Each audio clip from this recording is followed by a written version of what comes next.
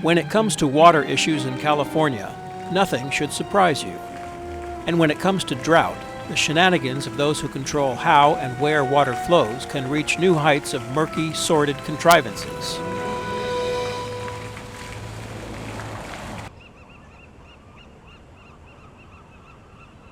This is the story about a secret meeting. It took place in the lovely town of Monterey during the height of a severe drought. The year was 1994, and the repercussions of that meeting are still reverberating today. To help us understand this complex story, we spoke with Carolee Krieger. She founded the California Water Impact Network, a nonprofit group that advocates for equitable and environmentally sensitive use of California's water. As an avid gardener, she discovered discrepancies between her water bill and that of her neighbors. In the process of resolving the differences, she became aware of how water policies are determined, a subject that fascinated her and started her on a quest that has since uncovered secrets and false promises that impact everyone living in California. There is always conflict over water between the needs of cities, the developers who build them, and the needs of agriculture. In the 1960s, the State Water Project was completed. It was built to deliver rain-rich Northern California water south to Central Valley agriculture and the mushrooming population of Southern California. The water is delivered to the end users on farms and in cities by water contractors. In 1960, the biggest of the water contractors specified how much water they wanted from the system. It was the Department of Water Resources who wrote the contracts that were then signed by the various water agencies in 1960. Each of the contractors took a specific amount of what they believed they needed to serve their customers. The Metropolitan Water District took a little over 2 million acre-feet. The Kern County Water Agency took a little over 1 million acre-feet, and it was divided in various ways among the other 27 contractors. The original State Water Project had at its core rules that favored cities over agriculture. Simply put, during times of water scarcity, cities would have first rights to water, even if that meant agriculture would get none. It was known as the urban preference.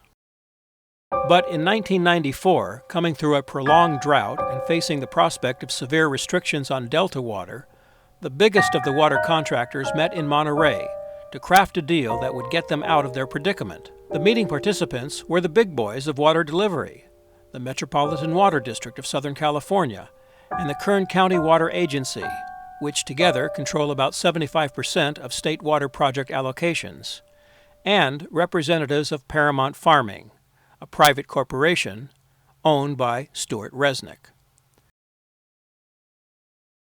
California's natural cycles of wet and dry years are never predictable, a reality not taken into account when the water contractors guesstimated their needs. So they held a secret meeting to resolve their shortage problems. The contracts defined how much water each contractor is entitled to each year. But the drought conditions of 1987 to 1992 were so severe, and the reductions of deliveries were near zero for agriculture, that the contractors decided to rewrite the rules that had been established at the beginning of the State Water Project. Their efforts became known as the Monterey Plus Amendments. There are 4 aspects of these amendments that changed the course of California water history. The first of the amendments was to eliminate the urban preference. Agriculture hated that rule. The urban preference rule was to ensure that in dry years, cities would get water first, and anything left over then could go for agriculture.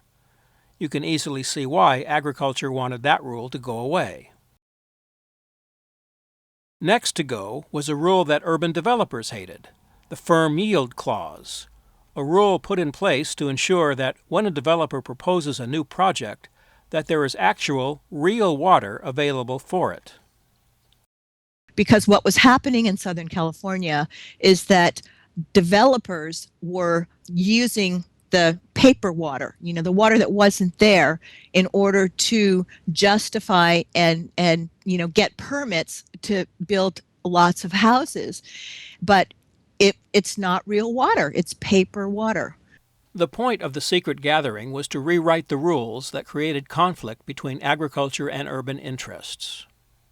And the peace agreement was that Article 18A and Article 18B would both be thrown out of the contracts.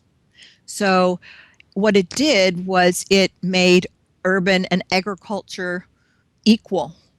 The third part of the secret meeting amendments was to have the state turn over the taxpayer-funded Kern Water Bank to the Kern County Water Agency, who immediately put it into the hands of a joint powers agreement agency which included a roughly 70% ownership by Beverly Hills billionaire Stewart Resnick, and it made Stewart Resnick even richer and more powerful. In the late winter, early spring, when we get a lot of runoff, they were calling that surplus water. Here was this very cheap surplus water that was being available, huge amounts of it between 2000 and 2007. This is the water that Stewart Resnick bought for only the cost of transporting it. The water was free. He stored it in his water bank, the Kern Water Bank, and then ostensibly sold it to the highest bidder. There were millions of dollars that Stewart Resnick gamed the system and got for himself. The Kern Water Bank shifts the cost for its water onto taxpayers and shifts all of the profits it makes by selling the water to itself. It's all part of the business plan for California's corporate farmers, and it is the backdrop against which the hysterics and fear-mongering of California's water debate are being played out. Ladies and gentlemen, this has become a dust bowl. And yet, in 2009, the West Side irrigators actually received 86% of their normal water supplies. So it is outrageously laughable that they characterize this as a dust bowl. This is a dust bowl.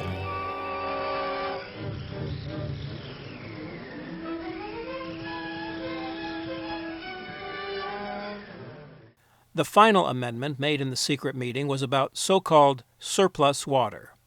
The Monterey Plus amendments enable state water contractors, particularly those in the southern San Joaquin Valley and those under the umbrella of the Metropolitan Water District of Southern California, to make much greater use of surplus water in the state water project.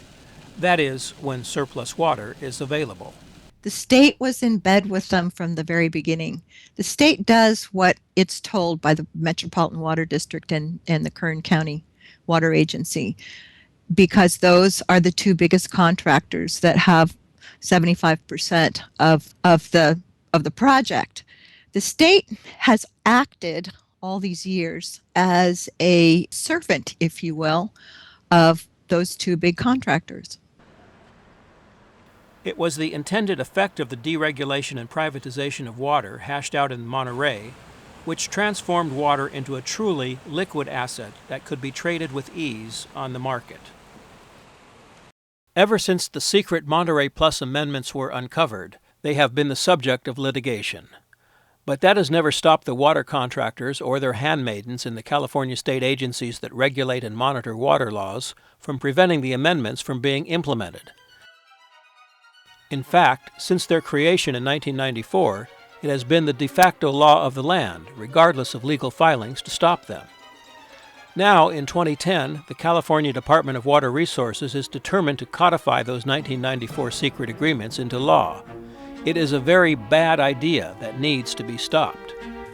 You can help. Tell your family, friends, and coworkers about what you've learned in this video. Share it with them. Visit cwin.org. If you are able, make a contribution of money or volunteer time to help reverse the damage and influence of those who care more about their own empires than they do for California's people and resources.